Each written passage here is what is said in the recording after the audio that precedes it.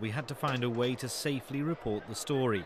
Using something as small as an iPhone, I was able to research, record and broadcast in relative safety. When we got here, we found that there were a number of targets: the police and the media. Radio Manchester's radio car was set upon, turned over and burnt out. Luckily, their reporter escaped. So it was really important that you stayed as low-key as possible. Now, we were able to do it because I used the phone just like this to broadcast in quality. It did the job of a laptop computer, a BlackBerry, an audio recorder, a stills camera, a video camera, a television, a radio, and indeed a radio car. Back to Nick Garnett. Nick, you're in Manchester city centre. What's happening now? The rioters in front of me now running because they can see the police coming. The police are coming up on two directions to try and cut them off. Hogeveen is a care home in northern Holland with its very own supermarket, restaurant and even its own pub. All the people living here have dementia but are allowed free rein inside the walled village. The only door with a lock on is the one that leads outside. We count it as a home to give people the possibility to live a normal life as possible. We'll always ring the bell.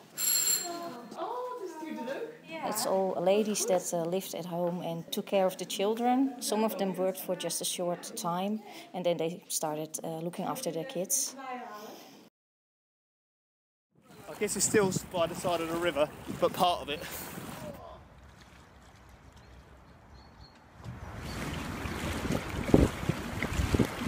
And then people that say, oh, you should worry about the potholes.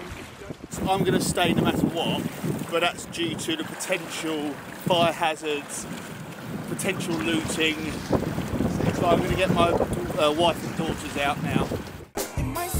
I'm by no means a dance teacher, and I'm fully a games player, so for me it was difficult to comprehend this Zumba phenomenon that's taken over our school. It won't be Zumba for every school. It worked for us, it won't work for everyone else.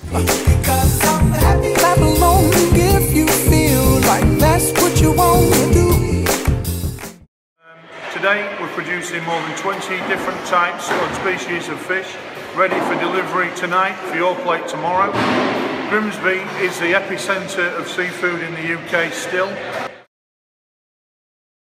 Live back to Calais, our Nick Garnett is there, our reporter. Nick, good morning to you. I know you've been there all morning. Just describe to us what you've seen.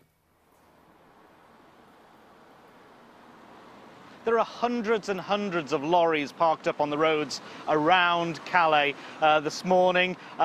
Dozens and dozens of police trying and searching through those vehicles to try and see if there are any migrants on board. We saw the pictures yesterday.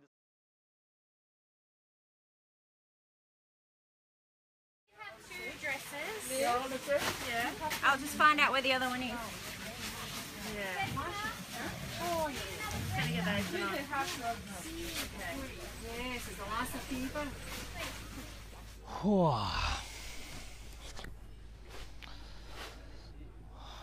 So, first day at work, I'm sweating. It's hot. It's crazy to be here after spending so much time, of course, reading about it in the news, you know, to be on site and behind that door. Well, there is no door.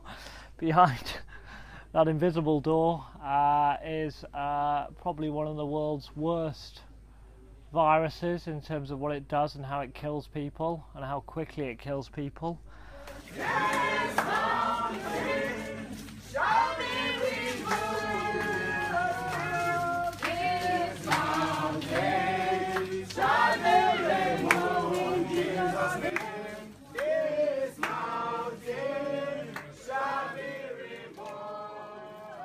So I had a fairly intense arrival here. I came to put my bags down. Within half an hour, I was being taken out to the unit, which is about 30 minutes from here.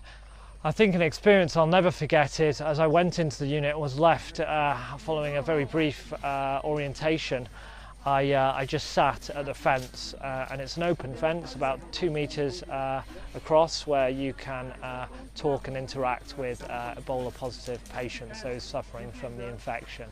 I sat down on a bench and watched a lady, probably about 25 years old, taking her last breaths in life. This isn't a virus that forgives, you know, many, and a lot of people have died. It's torn communities and families apart. Yeah, but challenging.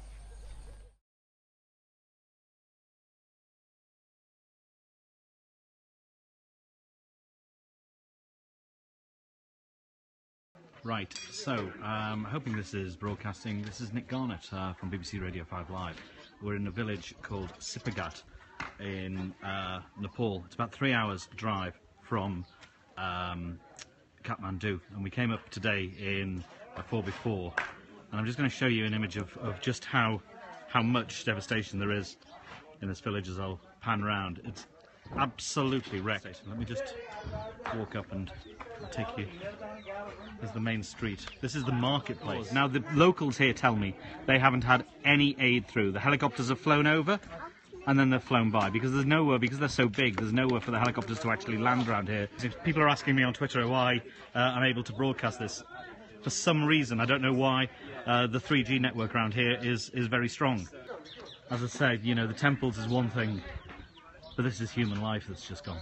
Anyway, I'm going to leave it now because I need to keep the battery. Hopefully I'll broadcast a little bit later on. But, you know, this is what devastation looks like, and this is what the quake does.